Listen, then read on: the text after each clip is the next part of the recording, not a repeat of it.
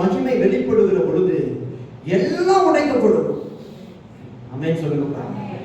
அவருடைய மகிமை மட்டும் வெளிப்படுத்துச்சுன்னா ஆமென். ஆண்டவருடைய ஜனங்களுக்கு கர்த்தர் தம்முடைய மகிமையை வெளிப்படுத்துறார் பாருங்க, அதுதான் வெற்றியின் நாள். ஆமென் சொல்லுங்க. ஆண்டவருடைய மகிமையை ஒரு மனுஷனுக்காக கர்த்தர் வெளிப்படுத்துவார்னு வச்சுக்கீங்களேன், அந்த மனுஷனுடைய வாழ்க்கையில ஒரு பெரிய மாற்றமே வரும். அதனாலதான் பைபிள் சொல்லுது பாருங்க, சங்கீதம் 68:1, தேவன் எதை தருடுவார்? அவருடைய சத்துருக்கள் சிதறுண்டு அவரை பகைக்கிறவர்கள் அவருக்கு முன்பாக ஓடி போவார்கள். தேவன் எழுந்தருடுவார். அப்ப நம்ம வாழ்க்கையில இன்னைக்கு வெகு நாளா சில குடும்பங்கள்ல நிறைய பிரச்சனையோட அவங்க வாழ்ந்துகிட்டு இருக்கிறத நம்ம பார்க்கணும். ரொம்ப நாளா ஒரு பிரச்சனை, குடும்பத்துக்குள்ள ரொம்ப நாளா ஒரு போராட்டம். இதுல இருந்து எப்படி பாஸ்டர் வெளியில வர்றதுன்னு எனக்கு தெரியல, இது எப்படிதான் இதை சமாளிக்கிறதுன்னு தெரியல அப்படின்னு நீங்க இருப்பீங்க அப்படின்னா ஒரு புரிஞ்சுக்கங்க, இதை உங்களால சமாளிக்க முடியாது. அப்படி உங்களால சமாளிக்க முடிஞ்சதா இருந்துச்சுன்னா நீங்க எப்பவும் இதை சமாளிச்சு ஜெயிச்சு வந்திருக்கலாம். அதனாலதான் ஆண்டவர் சொல்றாரு, உன்னால செய்ய முடியாதத தேவ மகிமை வெளிப்படுகிற பொழுது அது எல்லாவற்றையும் கர்த்தர் செய்து முடிக்கிறவராய் இருக்கிறார். இந்த புது வருடத்துல அவருடைய மகிமை வெளியரங்கமாகும் என்று வேதம் சொல்லுகிறது. அப்படி என்னது தெரியுமா? வெகு நாளா இருக்கிற நிறைய பிரச்சனைகளுக்கு தீர்வு கொடுக்கிற ஒரு வருடமாய் கர்த்தர் இந்த வருடத்தை மாற்றி தந்து இங்க இருக்கிற ஒவ்வொருவரையும் ஆசீர்வதிக்க தேவன் வல்லமையுள்ளவராக இருக்கிறார். உடன்படிக்கை பெட்டி பாத்தீங்கன்னா, ஏழை காலத்துல உடன்படிக்கை பெட்டி என்ன பண்ணுதுன்னா சத்துரு கையில பிடிபட்டுருச்சு. அப்ப பிடிபட்ட உடனே அது அந்த எல்லாரும் என்ன சொல்றாங்கன்னா, கர்த்தருடைய மகிமையே இஸ்ரவேலை விட்டு விலகிருச்சு அப்படிங்கிறாங்க. அப்ப அந்த 1 சாமுவேல் 5ஆம் அதிகாரத்துல நீங்க 1ஆவது வசனத்துல வாசிச்சோம் அப்படின்னா தெரியும், அந்த பெட்டியை சத்துருக்கள் பிடிச்சிட்டு என்ன பண்றாங்கன்னா, அவங்க பாருங்க, சத்துருக்கள் பாருங்க, அவங்க என்ன பண்றாங்க, நேரம் கொண்டு போய் இது ஒரு தெய்வத்துடைய பெட்டி, அதனால நம்ம தெய்வ கோவில்ல கொண்டு போய் வச்சிடலாம், தெய்வத்தோட தெய்வமா இருக்கட்டும், இதையும் 10-11 இதையும் வச்சு நம்ம வணங்கலாம்னு சொல்லிட்டு என்ன பண்றாங்க, அவங்க தாமோனுங்கிற ஒரு கோவில் தெய்வத்துக்கு முன்னாடி தெய்வத்துக்குள்ள கொண்டு போய் கோவிலுக்குள்ள கொண்டு போய் தெய்வத்தோட தெய்வமா இந்த தெய்வத்தையும் வச்சுட்டாங்க. இப்ப என்ன நடக்குது பாருங்க, பைபிள் எடுத்து நீங்க வாசிச்சு பாப்பீங்கன்னா தெரியும், அந்த வசனங்களை வாசிங்களேன்.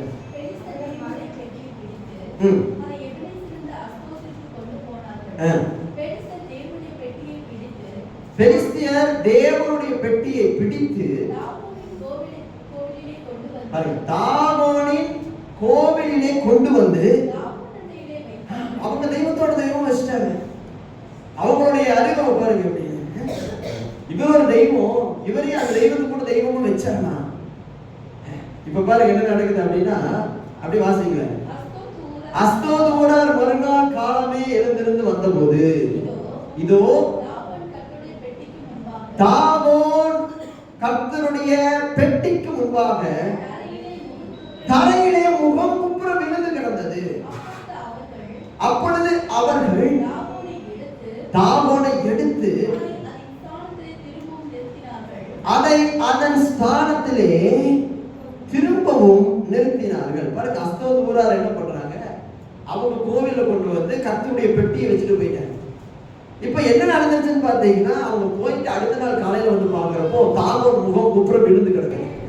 இப்ப அடுத்த நாள் வந்து என்ன பண்றாங்க அப்படின்னு பாத்தீங்கன்னா, அவர்கள் மறுநாள் காலமே எழுந்திருந்து வந்தபோது இதோ தாகோன் கர்த்தருடைய பெட்டிக்கு முன்பாக தரையிலே முகம் குப்புற விழுந்து கிடந்ததும் அல்லாமல் தாகோனின் தலையும் அதன் 2 கைகளும் வாசற்படியின் மேல் உடைபட்டு கிடந்தது. தாகோனுக்கு உடல் மாத்திரமே மீதியா இருந்தது. கர்த்தருடைய மகிமைய கொண்டு போய் எந்த இடத்துல வச்சாலும் அந்த இடத்துல இருக்கிற சத்துரு எல்லாம் விழுந்து நொறுங்கி போகும். சொல்லுங்க, ஆண்டவருடைய பெட்டிக்கு முன்னாடி தாகோனால நிக்க கூட முடியல.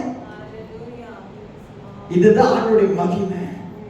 அவருடைய மகிமை வெளிப்படுகிற பொழுது அத்தனையுமே அடங்கும் சிஸ்டர், அத்தனையுமே விலகும்.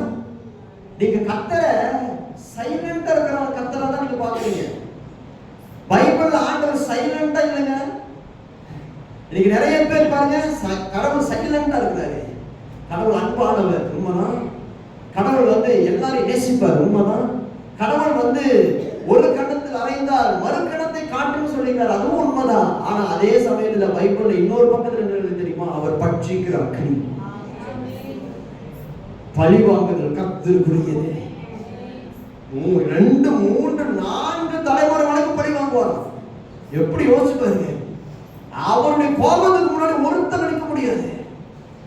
ஆண்டவர் எப்படிப்பட்டவர்னா சைலண்டா இருக்கிறவர் அல்ல, கல்லோ மரமோ அல்ல. அவர் எப்படிப்பட்டவர்னா மகிமையை வெளிப்படுத்துகிறவர்.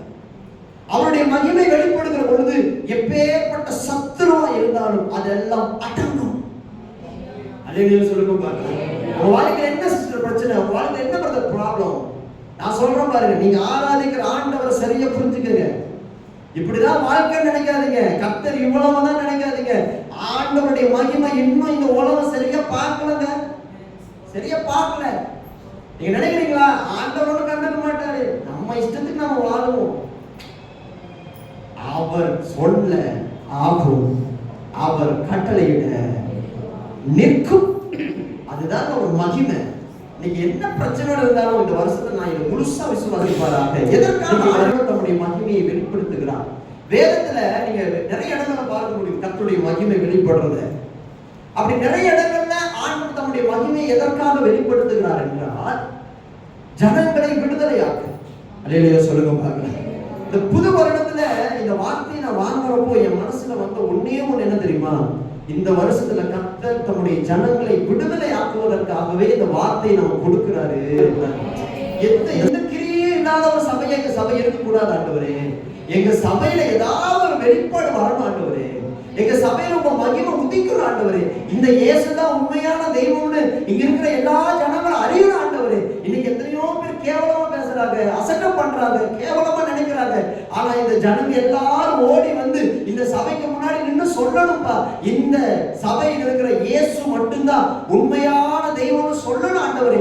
இது வந்து பாரத்தோட கடந்த 5 மாசமா ஜெபம் பண்ணிட்டு இருந்தேன். ஆனா அந்த பாரமா ஜெபம் வச்சது கர்த்தர் தான். அந்த ஜெபத்தை வச்சு அந்த வார்த்தையை கொடுத்தது கர்த்தர் தான். அதே சொல்லுங்க, கர்த்தருடைய மகிமை வெளியரங்கமாகும், மாம்சமான யாரும் அதை ஏகமாய் காணும்னு ஆண்டவர் சொன்னார் பாருங்க. அப்பவே நான் புரிஞ்சுக்கிட்டேன், கர்த்தர் ஏதோ ஒரு காரியத்தை இந்த 2025 வருஷத்துல நம்ம தேவக்கிருபை சபையில செய்ய போறாரு. இயேசு இருக்கிறாரு, காட்ட போறாரு, காட்ட போறாரு. எவ்வளவு மந்திரங்கள், எவ்வளவு மாந்திரியங்கள், எத்தனை மனிதனுடைய சூழ்ச்சிகள் இருந்தாலும் நம்மோடு இருக்கிற கர்த்தருடைய மகிமை வெளிப்படுகிற பொழுது எல்லாமே அடங்கி நிற்கும். பிசாசு சோதிக்கிறான். 40 நாள் இயேசு கிறிஸ்து உபவாசிக்கிறார், சாப்பிடாம இருக்கிறார். 40வது நாள் பிசாசு தன்னுடைய வேலையை காட்டுறான் பாருங்க. வந்து இயேசு கிட்ட சோதிக்கிறான். இதே பிசாசு அப்படியே வேதத்தில் இன்னொரு பகுதியில் எழுதியிருக்குது பாருங்க. லேகியோன் பிசாசுகள் என்ன பண்ணுது? இயேசு வந்த உடனே அப்படியே ஒரு பாதத்துல விழுந்து கதறுது. ஒரு பக்கத்துல பிசாசு சோதிக்குது, இன்னொரு பக்கத்துல பிசாசு கதறுது. ரெண்டுமே இயேசு கிட்ட தான். நீங்க யோசிச்சு இதை நீங்க தியானிச்சிருக்கீங்களா? நீங்க ஒரு பக்கத்துல அதே பிசாசு என்ன பண்றான்? கதறான். இன்னொரு பக்கத்துல அதே பிசாசு என்ன பண்றான்? சோதிக்கிறான். இந்த சோதனைக்கு இந்த கதறதுக்கு காரணம் என்ன தெரியுமா? இயேசு கிறிஸ்து தன்னுடைய மகிமை எப்ப வெளிப்படுத்தினார்னா, ஞானஸ்நானம் எடுத்து வந்து கரையேறினார் பாருங்க. அப்பொழுதுதான் அவருடைய மகிமை அவர் மேல வந்துச்சு. ஒரு பெரிய ஊழிய தரிசனம். அப்படிதான் ஒரு ஊழியத்தை ஆரம்பிக்கிறாரு. அல்லேலூயா. அப்போ மகிமையை ஆண்டவர் காண்பிக்கிறதுக்கு முன்னாடி பிசாசு கிட்ட வரான், இயேசுவை சோதிக்கிறான். ஆனா அதே இயேசு கிறிஸ்து மகிமையாய் வெளிப்படுகிற பொழுது பைபிள் இப்படிதான் சொல்லுது. இயேசு கிறிஸ்துவை குறித்து என்ன சொல்லுதுன்னா, இருளில் இருக்கிறவர்கள் வெளிச்சத்தை கண்டார்கள். அப்படி என்ன அர்த்தம்னா, ஏசாயா தீர்க்கதரிசி சொல்றாரு, பூமி காரிருளால் பூமி மூடுமா, ஆனால் நீதியின் சூரியன் உன்மேல் உதிப்பார். அந்த வசனத்தினுடைய தீர்க்க தரிசனம் தான் இயேசு கிறிஸ்து. இந்த பூமியை காரிருள் இருக்குது. இயேசு பிறப்பதற்கு முன்பாக இருண்ட காலம் இருந்ததுன்னு வேதம் சொல்லுது. எல்லாரும் இருண்டு இருக்கிறாங்க, ஒளியே இல்லை. அப்ப இயேசு நீதியின் சூரியனாய் உதித்தார். அவர் மேல மகிமை இருந்துச்சு சிஸ்டர்.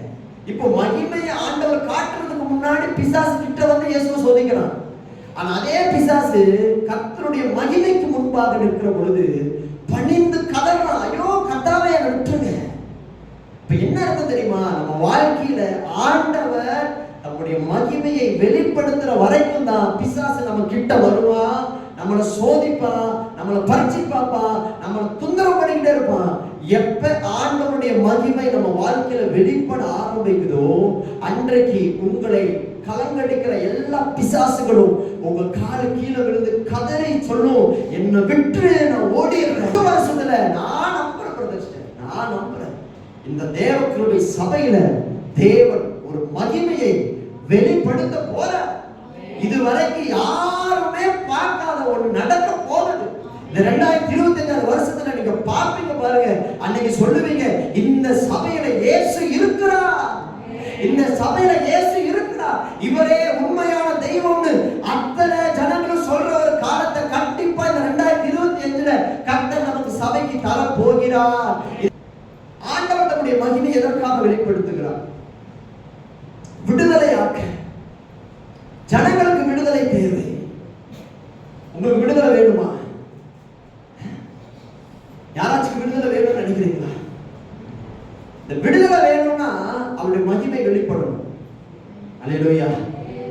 ஆண்டவர் ஏன் தன்னுடைய மகிமையை வெளிப்படுத்துகிறார்? நம்மை சத்துருவின் கையிலிருந்து விடுதலையாக்க அவர் தம்முடைய மகிமையை சொல்றாங்க. மோசேயை தேடி கர்த்தர் வந்தார். மோசே கர்த்தரை தேடி போகல. நல்லா கவனிங்க, மோசே கர்த்தரை தேடி போகல, மோசேயை தேடி கர்த்தர் வந்தார். எதுக்காக ஆண்டவர் வந்தாரு? ஆமென். மோசே ரொம்ப நல்லவன், அவன் பாட்டு போல ஆண்டவர் வந்தாரா? கிடையாது. இஸ்ரவேல் ஜனங்கள் ரொம்ப பரிசுத்தவான்கள், அதனால கர்த்தர் இறங்கி வந்தாரா? கிடையாது. எதுக்காக அவர் இறங்கி வந்தாரு? பைபிள் எடுத்து வாசிங்க பார்க்கலாம். யாத்திராகமம் 3ஆம் அதிகாரம் 1ஆவது வசனத்திலிருந்து அப்படியே தொடர்ந்து வாசிங்க பார்க்கலாம். மோசே ஏரியான் தேசத்து ஆசாரியனாய் இருந்த தன் மாமனாகிய எத்ரோவின் ஆடுகளை மேய்த்து வந்தான். அவன் ஆடுகளை வனாந்திரத்தின் பின்புறத்திலே ஓட்டி தேவ பர்வதமாகிய ஓரேப் மட்டும் வந்தான். அங்கே கர்த்தருடைய தூதனானவர் ஒரு முச்செடியின் நடுவிலிருந்து உண்டான அக்கினி ஜுவாலையிலே நின்று அவனுக்கு தரிசனமானார். அப்பொழுது அவன் உற்று பார்த்தான். முச்செடி அக்கினி ஜுவாலித்து எரிந்தும் அது வெந்து போகாமல் இருந்தது. அப்பொழுது மோசே, இந்த முச்செடி வெந்து போகாமல் இருக்கிறது என்ன? நான் கிட்ட போய் இந்த அற்புத காட்சியை பார்ப்பேன் என்றான். அவன் பார்க்கும்படி கிட்டே வருகிறதை கர்த்தர் கண்டார். முச்செடி நடுவிலிருந்து தேவன் அவனை நோக்கி மோசே மோசே என்று கூப்பிட்டார். அவன் இதோ அடியேன் என்றான். அப்பொழுது அவர் உன் கால்களில் இருக்கிற பாதரட்சியை கழற்றி போடு, நீ இருக்கிற இடம் பரிசுத்த பூமி. அடுத்த ஆண்டவர் தன்னை சொல்றாரு பாருங்க. பின்னும் அவர், நான் ஆபிரகாமின் தேவனும் ஈசாக்கின் தேவனும் யாக்கோபின் தேவனும் ஆகிய உன் பிதாக்களுடைய தேவனாய் இருக்கிறேன் என்றார். மோசே தேவனை நோக்கி பார்க்க பயந்ததினால் தன் முகத்தை மூடிக்கொண்டான். அப்பொழுது கர்த்தர், எகிப்தில் இருக்கிற என் ஜனத்தின் உபத்திரவத்தை நான் பார்க்கவே பார்த்து ஆலோட்டிகளின் நிமித்தம் அவர்கள் எழுகிற கூக்குரலை கேட்டேன், அவர்கள் படுகிற வேதனைகளையும் அறிந்திருக்கிறேன்.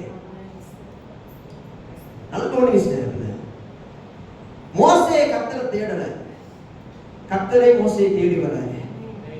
ஆமென். நல்லா கவனிங்க, பைபிள் சொல்லுது, முதலாவது தேவனுடைய ராஜ்யத்தையும் நீதியும் தேடுங்கள் ஆண்டவர் சொல்றாரு. நம்மள ஆண்டவர் தேட சொல்றாரு அவர். ஆனா இங்க மோசே தேவனை தேடல, ஆனா மோசையை தேடியே தேவன் வந்துட்டாரு. அல்லேலூயா. ஏன் மோசையை தேடியே தேவன் வந்தார் தெரியுமா? பைபிள் சொல்லுது, இஸ்ரவேல் ஜனங்கள் படுகிற உபத்திரவத்தின் நிமித்தமாய் ஆண்டவர் இறங்கி வந்தார். அல்லேலூயா சொல்லுங்க. அதை கவனிங்க சிஸ்டர். நாம படுற கஷ்டத்தை இந்த உலகம் பார்க்குது இல்லையா, அவர் பார்க்கிறாரு. அதான் பைபிள் ஒரு வசனம் சொல்லுது பாருங்க, திராணிக்கு மேலாய் சோதிக்கப்பட ஒரு நாள் விட மாட்டார். நான் எத்தனை பேர் நம்புறீங்க? நீங்க என்ன நினைச்சிட்டு இருக்கீங்க சிஸ்டர்? என்ன கர்த்தர் பார்க்கறேன்னு நினைக்கிறீங்களா? கிடையாது. உங்களை ஆண்டவர் பார்க்கிறாருங்க. மோசே கிட்ட எதுக்காக கர்த்தர் இறங்கி வந்தார் தெரியுமா? இறங்கி வந்து ஏன் மோசே கிட்ட ஆண்டவர் பேசுறார் தெரியுமா? ஒரே ஒரு ரீசன் தான். அங்க இஸ்ரவேல் ஜனங்கள் படுகிற உபத்திரவத்தை ஆண்டவர் பார்த்து இறங்கி வந்துட்டாராம். ஆமென் சொல்லுங்க பாருங்க. மோசே சொல்றாரு, ஆண்டவரே நான் வரல, ஆண்டவரே வேற யாராச்சும் கூட்டிட்டு போங்க. என்னை விட நல்லவங்க எத்தனையோ பேர் இருக்கிறாங்க, பேசுறவங்க எத்தனையோ பேர் இருக்கிறாங்க, பரிசுத்தவான்கள் எத்தனையோ பேர் இருக்கிறாங்க, நான் வரல ஆண்டவரே. மோசே பின்வாங்குறாரு பாருங்க.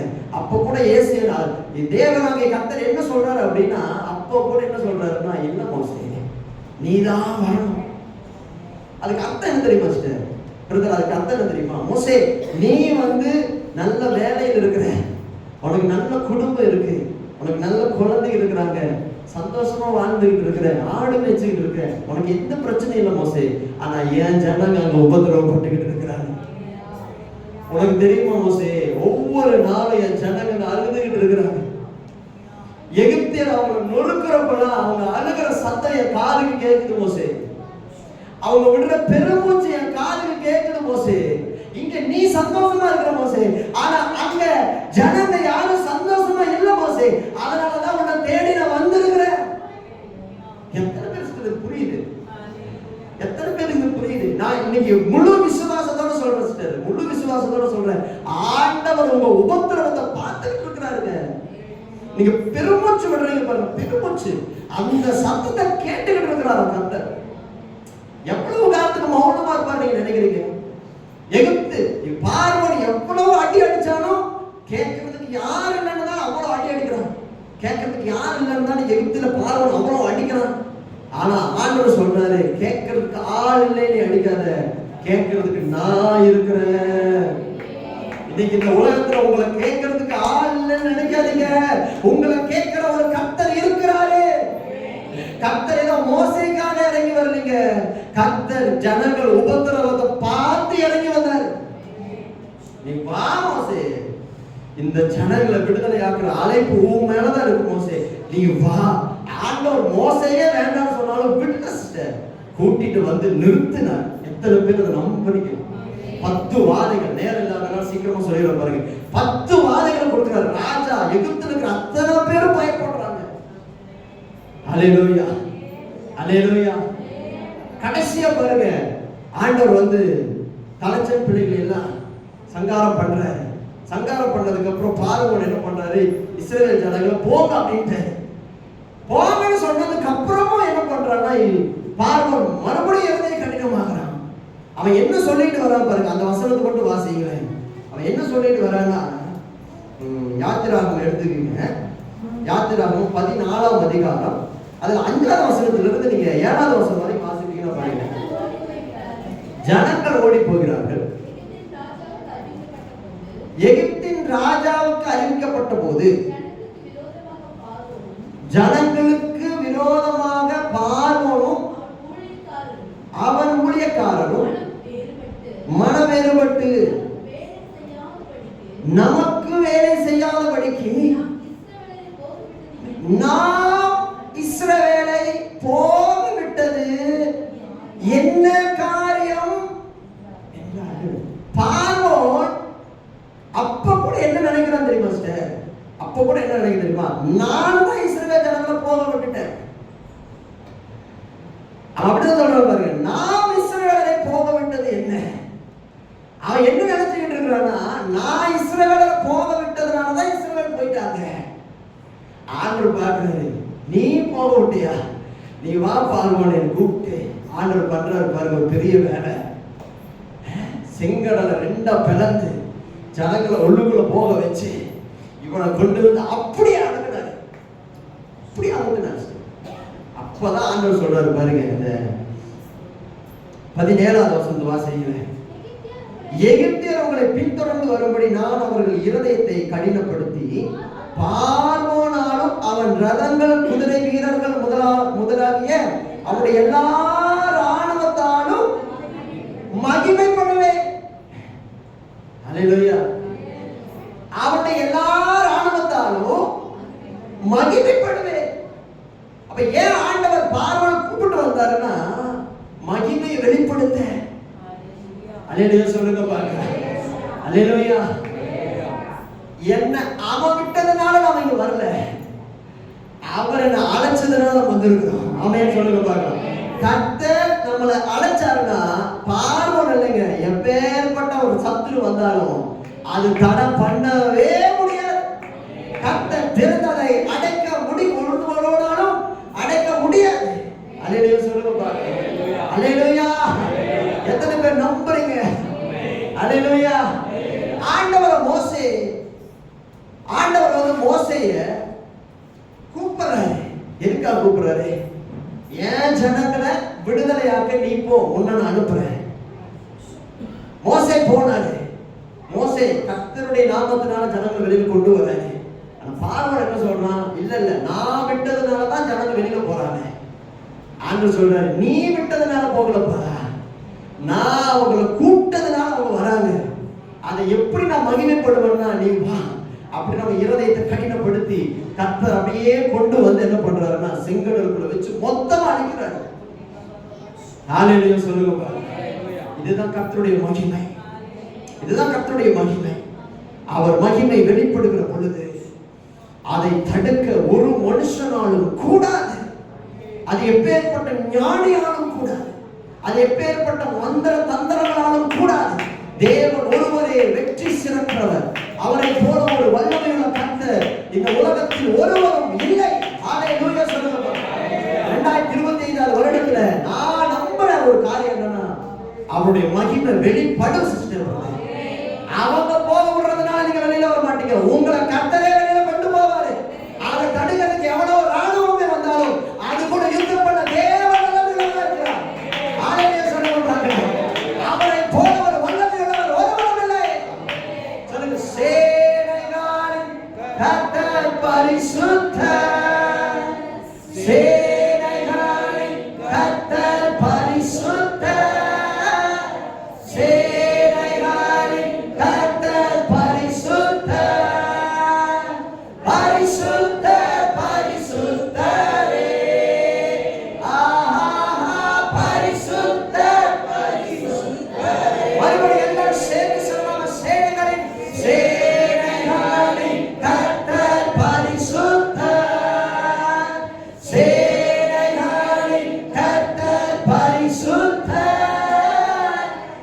சேனைகளின் கர்த்தர் பரிசுத்தர், பரிசுத்தர் பரிசுத்தரே, ஆஹா பரிசுத்தர் பரிசுத்தரே. ஹல்லேலூயா ஹல்லேலூயா. அதுதான் அவருடைய மகிமை. நீங்க எத்தனை பேர் அதை விரும்புறீங்க? அல்லேலூயா. உங்க சத்தம் கர்த்தருடைய காதுக்கு கேட்கிற வரைக்கும் தான் சத்துருடைய ஆட்டம் நடக்கும். எப்ப ஆண்டவர் உங்க பெருமூச்சின் சத்தத்தை கேட்க ஆரம்பிச்சுட்டாரோ இதுக்கப்புறமா விழுகிற ஒவ்வொரு அடிக்கும் அந்த சத்துரு பதில் சொல்லிதான் ஆகணும். ஏன்னா அவங்க கூட இருக்கிற கர்த்தர் பெரியவர். உலகத்தில் இருக்கிறவரை காட்டிலும் என்னோடு இருக்கிற ஆண்டவர் பெரியவர்.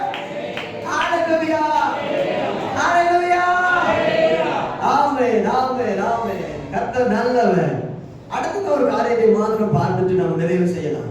நமக்கு நேரம் இல்லை, சீக்கிரமா பார்க்கலாம். இரண்டாவது ஒரு காரியம், ஆண்டவர் ஏன் தன்னுடைய மகிமையை வெளிப்படுத்துகிறார் என்றால் நம்மை சாட்சியாய் நிறுத்த அவர் தன்னுடைய மகிமையை வெளிப்படுத்துகிறார். ஆமென் சொல்லுங்க.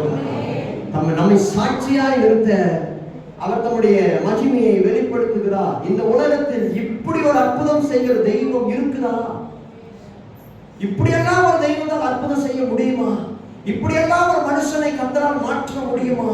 இப்படியெல்லாம் ஒரு மனுஷனை கர்த்தரால் திருத்தி வெளியில கொண்டு வர முடியுமா அப்படின்னு இந்த உலகம் உங்களை பார்த்து ஆச்சரியப்படுகிற அளவுக்கு உங்களை கர்த்தர் சாட்சியாய் நிறுத்துவதற்காக அவர் தன்னுடைய மகிமையை வெளிப்படுத்துகிறார். அல்லேலூயா சொல்லுங்க பாருங்க. நம்ம எல்லாரும் எப்படி நிற்க போறோம்? சாட்சிகளா நிற்க போறோம். பொதுவா வந்து சாட்சிங்கிறது நம்ம சர்ச்சோட சொல்லி நிறுத்திடுவோம். ஆண்டவர் செய்கிற நன்மையை சர்ச்சில் சொல்லிட்டு அப்படியே ஸ்டாப் பண்ணிடுவோம், குளிர ஒட்டி புதைச்சிடும். ஆனா அது கிடையாது. சில சாட்சிகள் என்ன தெரியுமா? சபைக்கு வெளியில போய் நீங்க சொல்லணும், என் ஆண்டவர் இருக்கிறாருங்க, என் வாழ்க்கையில் இந்த அற்புதத்தை செஞ்சிருக்கிறாங்க, நான் சாட்சிங்க. இந்த சூழ்நிலையில இருந்து கர்த்தர் வெளியில கொண்டு வந்தாருங்க. இந்த பிரச்சனையில இருந்து கர்த்தர் வெளியில கொண்டு வந்தாருங்க. நீங்க சாட்சி சொல்வதற்காக தான் கர்த்தர் உங்க வாழ்க்கையில மகிமையை வெளிப்படுத்துகிறார். அல்லேலூயா. சாத்ராக், மேஷாக், ஆபேத்நேகோ என்கிற 3 வாலிபர்களை குறித்து மட்டும் நாம் பார்க்கலாம். 3 வாலிபர்களும் ராஜா செஞ்ச சிலையை வணங்க மாட்டேங்கிறாங்க. இவங்க வணங்க மாட்டேன்னு சொன்ன உடனே ராஜாவுக்கு பயங்கரமான கோபம் வருது. ராஜா என்ன பண்றாரு? அந்த தானியேல் 3ஆம் அதிகாரம் 14வது வசனத்துல அப்படியே வாசிங்க பார்க்கலாம். நேபுகாத்நேச்சார் அவர்களை நோக்கி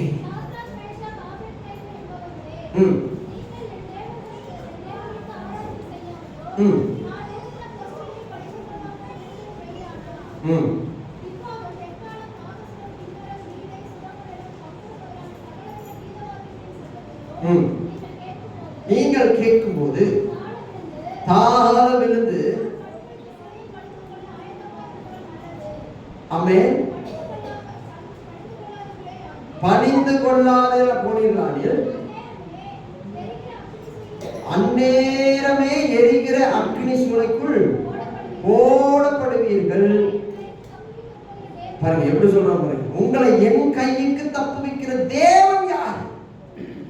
மகிமையை பார்க்கறதுக்கு முன்னாடி மனுஷன் சொல்றது பாருங்க. ஏன்னா அவ்வளவு பெரிய யாரா? இயேசு யாரு? பைபிள் சொல்லுது பாருங்க. அப்படியே தொடர்ந்து வாசிங்களேன். சாத்ராக், மேஷாக், ஆபேத்நேகோ என்பவர்கள் ராஜாவை நோக்கி, நேபுகாத்நேச்சாரே, இந்த காரியத்தை குறித்து உங்க உத்தரவு சொல்ல எங்களுக்கு அவசியம் இல்லை. நாங்கள் ஆராதிக்கிற எங்கள் தேவன் எங்களை தப்புவிக்க வல்லவராய் இருக்கிறார். அவர் எரிகிற அக்னி சூளைக்கும் ராஜாவாகிய உம்முடைய கைக்கும் நீங்களாக்கி விடுவிப்பார். விடுவிக்காமல் போனாலும் நாங்கள் உம்முடைய தேவர்களுக்கு ஆராதனை செய்வதும் இல்லை, நீர் நிறுத்தின பொற்சிலையை பணிந்து கொள்வதும் இல்லை என்கிறது ராஜாவாகிய உமக்கு தெரிந்திருக்க கடவுள். வைராக்கியம் அளிக்கிறாங்க பாருங்க. யார் தெரியுமா கர்த்தர் சாட்சியா நிறுத்துவாரு? வைராக்கியம் அளிக்கிறவங்க. வைராக்கியம் எடுக்கணும். ஆண்டவருடைய விஷயத்தோட வைராக்கியம் எடுக்கணும். அதை கர்த்தர் பார்த்துக்கிட்டே இருப்பாரு.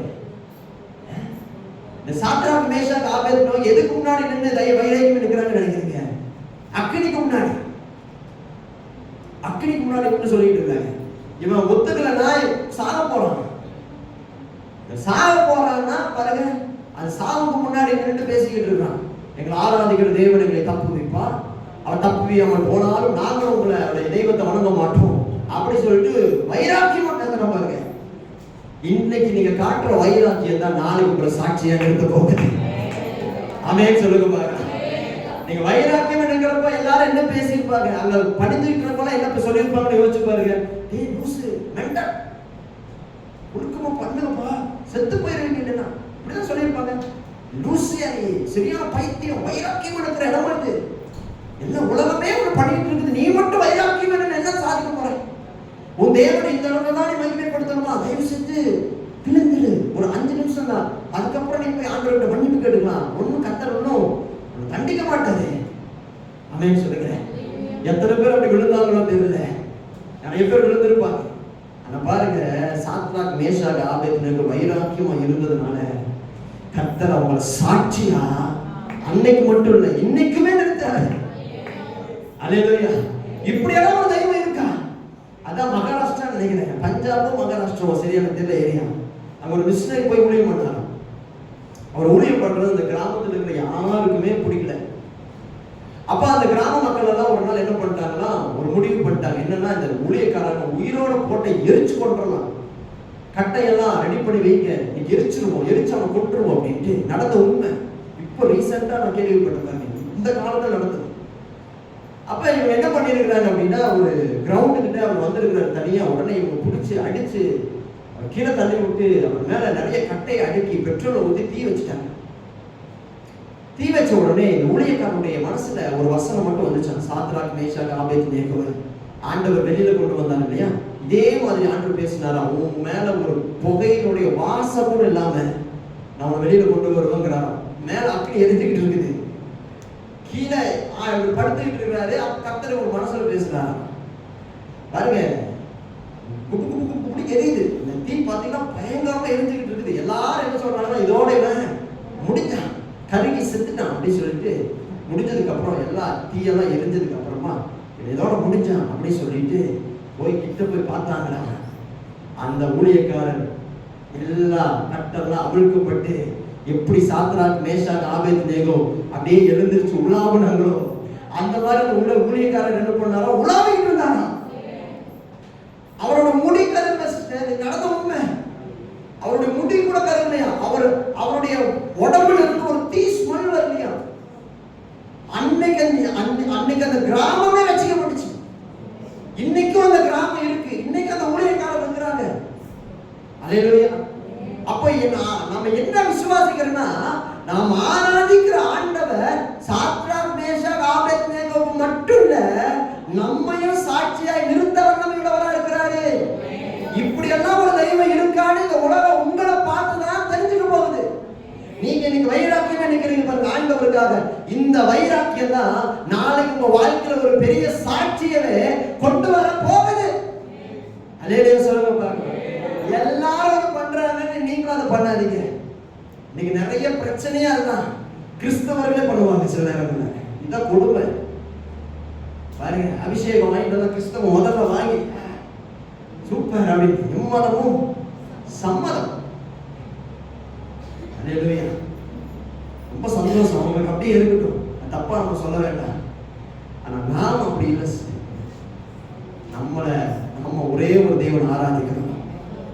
எல்லா மனுஷங்களையும் நேசிக்கிறோம். ஆனா ஆராதனை என்பது கர்த்தருக்கு மட்டுமே. அவருக்கு கொடுக்க வேண்டிய ஆராதனை வேற யாருக்கு நான் கொடுக்கவே மாட்டேன். இந்த வைராக்கியம் இருக்கு பாருங்க, இதுதான் அவங்களை நாளைக்கு சாட்சியா நிறுத்த போகுது. இப்படி ஒரு தெய்வம் இருக்கிறாங்க, உங்களை பார்த்து எல்லாரும் பேசுவாங்க. அன்னைக்கு பாருங்க உங்க வாழ்க்கையை ஆசீர்வாதமாய் மாறும். அதனாலதான் ஆண்டவர் சொல்றாரு, மகிமை ஏன் வெளிப்படுத்த போறாருன்னா உங்களை சாட்சியாய் நிற்க வைக்க போறாரு. உங்களை சாட்சியா நிற்க வைக்க போறாரு. இதே ஊர்ல நீங்க கஷ்டப்பட்டீங்க, ஆனா இதே ஊர்ல நீங்க சந்தோஷமா இருக்கிற ஒரு காலம் வரதான் போகுது சிஸ்டர். அதே தெரு நீங்க இருக்கிற அதே இடத்துல உங்களை நிறைய பேர் ஏளனமா பேசுறாங்க. அதே இடத்துல அதே கூட்டத்துல உங்களை குறித்து சாட்சி உண்டாக்குகிற ஒரு காலத்தை தேவன் வைத்திருக்கிறார். நீங்க இன்னைக்கு ஆண்டவருக்கு வைராக்கியமா இருங்க. சோர்ந்து போகாதீங்க, விட்டுறாதீங்க. கர்த்தருக்காக என் ஜீவனை கூட நான் கொடுப்பேன் நில்லுங்க. உலகமே ஒரு விஷயத்தை செய்தாலும் என் ஆண்டவர் அதை வேண்டாம்னு சொன்னாருன்னா அதை நான் செய்ய மாட்டேன்னு உறுதியா நில்லுங்க. நிச்சயமாய் கர்த்தர் உங்க வாழ்க்கையில தன்னுடைய மகிமையை வெளிப்படுத்துகிற அந்த நாளில் இப்படி ஒரு தெய்வம் இருக்கிறாரா என்று இந்த உலகமே உங்களை பார்த்து ஆச்சரியப்படுகிற ஒரு காலம் வரும். எத்தனை பேர் நம்புறீங்க? அல்லேலூயா, அல்லேலூயா. என் வாழ்க்கையும் ஆசீர்வாதமாய் மாறும்.